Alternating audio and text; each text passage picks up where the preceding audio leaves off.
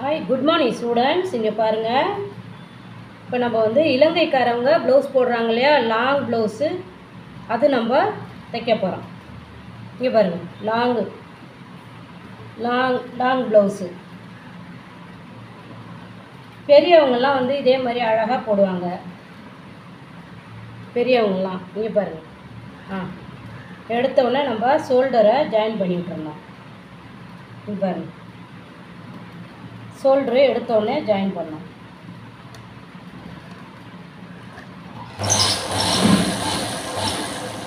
Shoulder join பண்ணிட்டோமா? அப்புறம் இங்கே பாருங்கள், இந்த ஷோல்டரு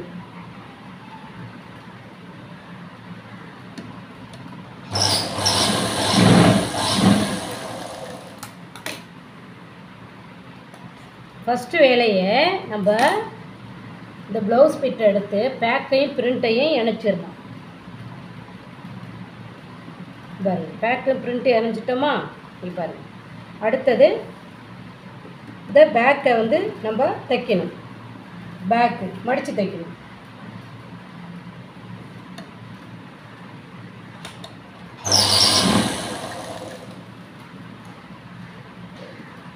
ரெண்டு தையலும் போடலாம், ஒரு தையலும் போடலாம்.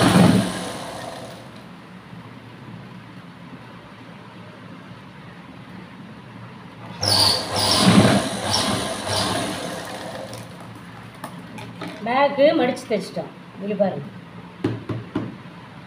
இப்போ அடுத்தது பிரிண்ட்டு டாட்டு.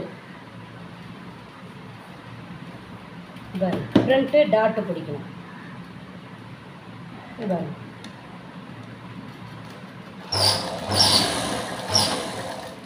அதிலே திருப்பி இப்படி கொண்டு வந்துடணும்.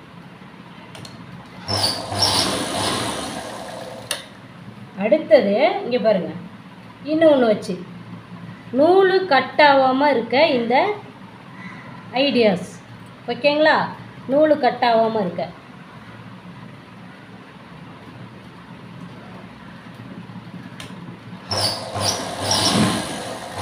நூல் 60 மேம்னு சொல்லிக்கிட்டே இருப்பீங்க இல்லையா? பாருங்கள் நல்லா. நூல் அருவாமல் இருக்கிறதுக்கு நம்ம இப்படி தைக்கணும். மிஷினில் இன்னொரு பக்கம் மிஷினில் இருந்துக்கிட்டே இருக்கணும். இங்கே பாருங்கள், ஒரு டாட்டு பிடிச்சிட்டோம். அடுத்த டாட்டு இங்கே பாருங்கள். நீங்களாம் நல்லா மார்க் பண்ணிக்கிட்டு செய்யுங்க, ஒன்றும் பிரச்சனை இல்லை. இங்கே பாருங்கள், அப்போ இதை கட் பண்ணி விட்டுருங்க. இப்போ திரும்ப இதை ரெண்டாவது தையல். ரஃப் அடிக்கலைன்னா ஒரு டாட்டுக்கு ரெண்டு தையல் போடுங்க. ஓகேம்மா? இல்லை, ரஃப் அடிக்க உங்களுக்கு தேவையில்லைம்மா.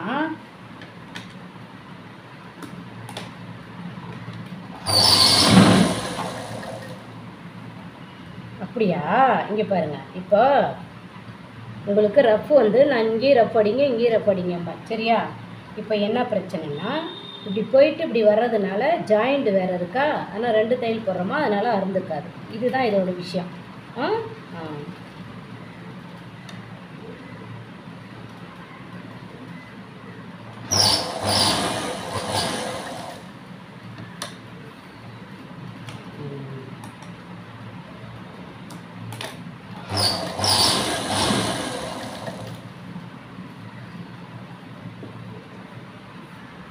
சிக்கலாக தான் இருக்கும், பார்த்து கவனமாக செய்யணும். நீங்கள் கட் பண்ணாமல் தைக்கிறது கொஞ்சம் புரிஞ்சுக்கிட்டு தைக்கணும், வேறு ஒன்றும் இல்லை.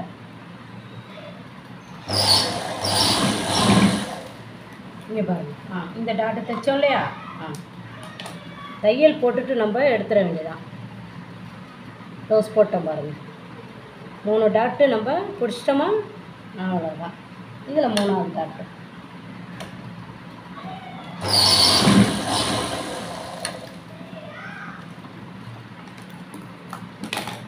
இப்போ நம்ம டாட்டு 2க்குமே டாட்டு பிடிச்சிட்டோம். பேக்கு ரெடியாக இருக்குது, பிரிண்ட்டு டாட்டு பிடிச்சிட்டோம். இங்கே பாருங்கள், டாட்டு பிடிச்சிட்டோமா? இப்போ யோக் பீஸு, அதான் யோக் பீஸு பெருசாக வைக்கணும்.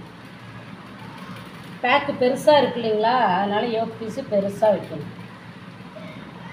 இப்போ யோக் பீஸு நீளம் பத்தாது, அதனால் ஜாயின் பண்ணிக்கிறோம். ஒரு தையல்.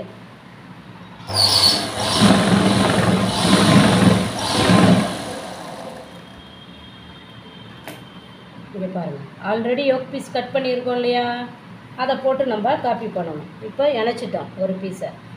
இங்கே பாருங்கள்.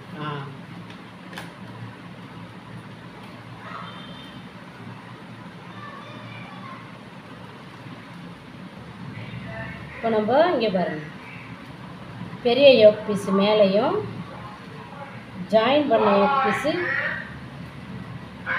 உள்ளேயும் நம்ம வைக்க போகிறோம். இங்கே பாருங்கள். பாருங்க,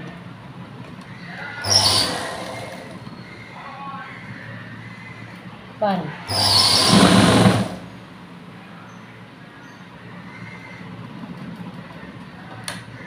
இந்த ஃப்ளீட் அழகாக அப்படி மடித்து விடணும். அந்த ஒரு ஃப்ளீட் இருக்கு பார்த்தீங்களா, சுருக்கம் டாட்டை வந்து அழகாக மடித்து விடணும்.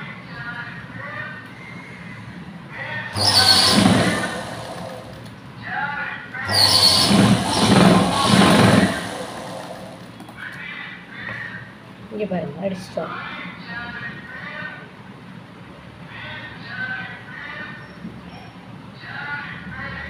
அடிச்சிட்டோமா? பாருங்கள், படிமான தையல், யோக் பீஸு படிமான தையல். பாருங்கள், நல்லா வளைவாக இருக்கு பாருங்கள்.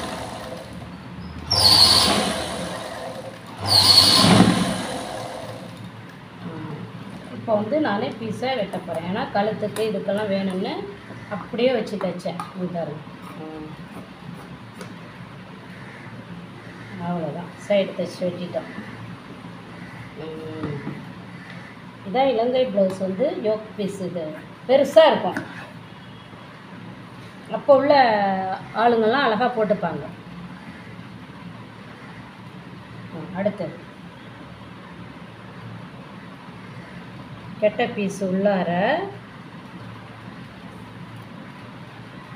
நல்ல பீஸு மேலே.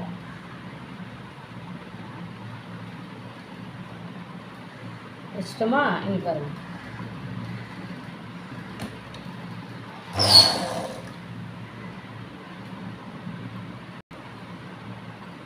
அடுத்த யோக் பீஸு நம்ம ரெடி பண்ணிட்டோம்.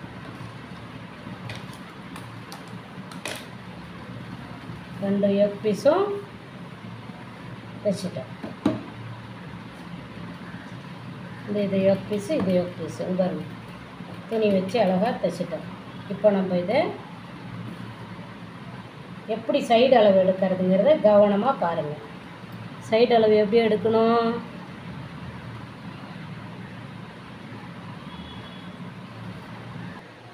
ஹாய் காய்ஸ், இந்த வீடியோ வந்து டைம் ஆச்சு, நம்ம கட் பண்ணிவிட்டு இதே கண்டினியூ வீடியோவை அடுத்த வீடியோவாக நம்ம கண்டினியூ பண்ணலாம். அடுத்த வீடியோவும் நீங்கள் கவனமாக பார்த்தா தான் இந்த ஒரு ப்ளவுஸோட ஃபினிஷிங் வந்து உங்களுக்கு ஃபுல்லாக புரியும். ஓகேங்களா? பாய். ஓகே, பாய். தேங்க்யூ.